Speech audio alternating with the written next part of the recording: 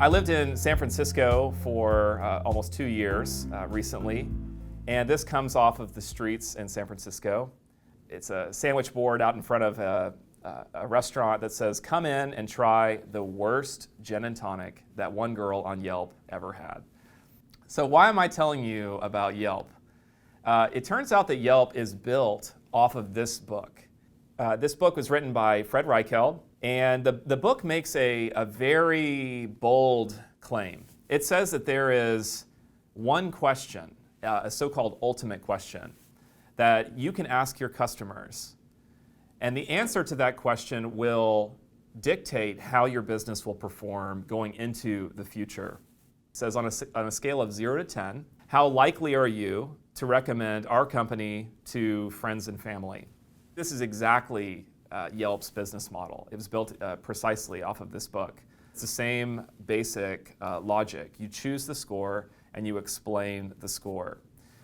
From this so-called ultimate question, you get a score called the Net Promoter Score, and it works like this. You have the how likely question. Then if you score a 0 to 6, you're very unhappy, right? You are not at all likely to go on and recommend this company to friends and family. If you score a 7 or 8, pretty good score, you are actually somewhat neutral. You are considered a passive in this methodology. You're satisfied, but not enthusiastic. Only those who score a 9 or a 10 on this question are extremely likely to go on and make a recommendation to friends and family. The Net Promoter Score arrives from the breakdown of these customers. So you take the percentage of your happy customers, your promoters, and you subtract out your angry customers, your detractors. So it is a scale from plus 100 to minus 100. And if you have an equal number of happy and unhappy customers, those are offsetting, right? So you get a score of 0. So Bain did a very carefully controlled study looking at over 150,000 customers in more than 24 business sectors, and determined that using this Net Promoter Scale from minus 100 to plus 100, again, an equal number of happy and unhappy customers equaling 0, the result was that the large majority of American companies had Net Promoter Scores of 5 to 8. Keep in mind, a 0 is an equal number of happy and unhappy customers. So they're barely eking out more happy customers, not than passives, but than angry customers. They found that some entire industries had negative Net Promoter Scores.